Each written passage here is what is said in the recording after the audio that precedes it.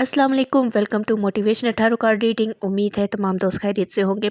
आज की रीडिंग हमारी 2024 यानी न्यू ईयर की पहली पिकर कार्ड वीडियो है, जिसमें हम देखेंगे कि अगर आप किसी पर्सन के बारे में सोच रहे हैं, अपनी जॉब, बिजनेस या आउट ऑफ कंट्री अगर आप ट्रैवल कर रहे हैं उसके बारे में सोच रहे हैं, वीज़ा का कोई प्रॉब्लम चल रहा है, या इसके अलावा भी अगर आपका नो कॉन्टैक्ट है, ब्लॉक है या फिर खामोश है, तो देखते हैं हमारे पास कौन सी एनर्जी आती है। अगर कोई स्टक पॉइंट क्लियर हो सका तो वो भी साथ-साथ करेंगे।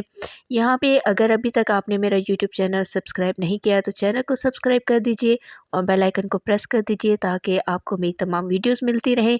अपना-अपना कार्ड चूज़ कर लीजिए और जिस भी पर्सन के बारे में या जिस भी चीज़ के बारे में सोच रहे हैं उसको पॉजिटिव होके सोचें। इसके अलावा भी अगर आपका कोई और सवाल हुआ तो आप मुझे कमेंट सेक्शन में पूछ सकते हैं, मैं कोशिश करूँगी मैं उसका जवाब दे सकूँ। तो सबसे पहले ही हम देखते हैं कार्ड नंबर 2 में कौन-सी एनर्जी आती है। सबसे पहले तो अगर बात की जाए किसी पर्सन की जिसके बारे में आप सोच रहे हैं, तो जिस टाइम से ये रिश्ता शुरू हुआ है काफ़ी अच्छा था, बहुत आपको अलग पर्सन ये नज़र आ रहे थे या आ रही थी। लेकिन अब ये सिचुएशन ये हो गई है कि आपको लगता है कि वैसे कुछ नहीं था जैसे आप सोच रहे थे या सोच रही थी। फीलिंग्स बिल्कुल हर्ट हुई हैं। कुछ लोगों को तो यहाँ तक लगा है कि वक़्त के साथ-साथ सब कुछ ठीक हो जाएगा, लेकिन उन्होंने अपनी सेल्फ़ रिस्पेक्ट की भी परवाह नहीं की, लेकिन कुछ भी ठीक नहीं हुआ। नो कॉन्टैक्ट के बारे में अगर आप सोच रहे हैं तो अभी ये नो कॉन्टैक्ट ख़त्म नहीं होगा, क्योंकि ईगो का बहुत मसला है यहाँ पे। बात क्लियर नहीं की जाती और बात करना बंद कर दी जाती है, या फिर सफाई नहीं दी जाती, या फिर इस रिश्ते को कहते हैं कि फॉर ग्रांटेड लिया जाता है।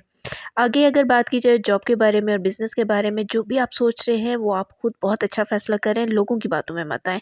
अगर वीज़ा या आपका किसी जगह का आप आउट ऑफ कंट्री जाना चाहते हैं तो पेपर वर्क के लिए खुद थोड़ी-सी कोशिश कीजिए। लोगों पे पूरी तरह से उनकी मोहताजी मत कीजिए, क्योंकि आपका काम ज़्यादातर ख़राब ही लोग करते हैं। आप खुद से जो काम करेंगे वो ज़्यादा बेहतर होगा। इसके बाद हम देख लेते हैं जी कार्ड नंबर 3 में हमारे पास कौन-सी एनर्जी आती है और हमारे पास कौन-सा कोई स्टक पॉइंट अगर क्लियर हो सकता है तो हम कर सकते हैं।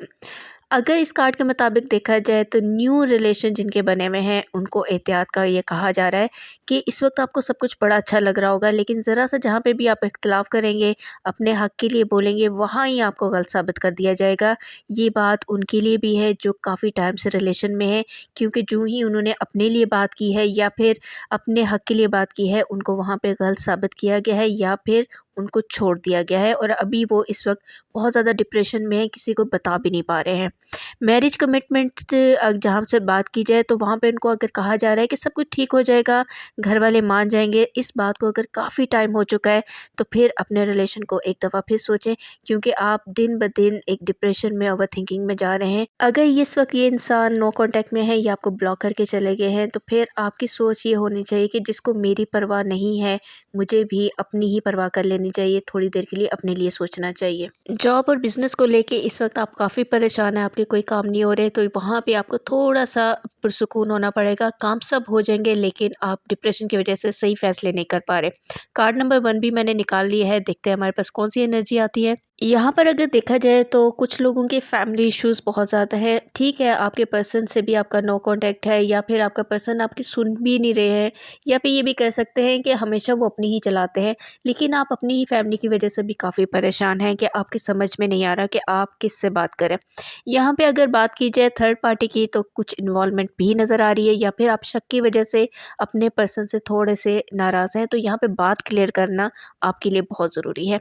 आप दोनों के दरमियान बात बहुत कम हो रही है। जब भी कोई मसला होता है तो ज़्यादातर नाराज़ हो जाते हैं या एक-दूसरे से बात नहीं करते, और फिर वक़्त के साथ ये होता है कि कोई एक-दूसरे को मना लेता है और पिछली बात को वहीं पे आप बात को ख़त्म कर देते हैं।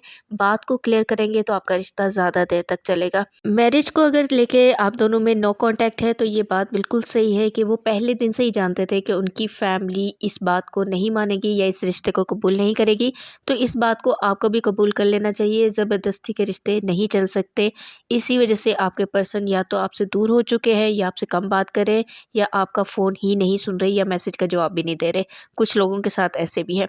यहाँ पे अगर बात की जाए जॉब के बारे में, बिज़नेस के बारे में और आउट ऑफ कंट्री जाने के बारे में, तो तीनों के बारे में ही पॉजिटिव एनर्जी है, तीनों में ही आपको बहुत ज़्यादा कामयाबी मिलेगी। लेकिन यहाँ पे ये आ जाता है कि आप जब भी कोई फ़ैसला करने लगते हैं तो नेगेटिविटी आपकी तरफ बहुत ज़्यादा आती है। तो उस वक़्त आपने पॉजिटिव होना है, जो करेंगे, जो आप हासिल करना चाहते हैं वो आप आप हासिल कर सकते हैं। ये साल आपको कामयाबियों का साल मिला है, इस साल आपको कामयाबी होगी। आप जहाँ पे भी अप्लाई करेंगे वहाँ पे आपको कामयाबी मिलेगी। अब अगर बात की जाए कोर्ट केसेस जिनके चल रहे हैं, तो उनके लिए पॉजिटिव एनर्जी है। चाहे जायदाद का कोई मसला है, आपके बच्चों की कस्टडी का कोई मसला है, लेन देन का, या फिर खुला लेने का कोई केस चल रहा है, उसमें पॉजिटिव एनर्जी है आपके लिए।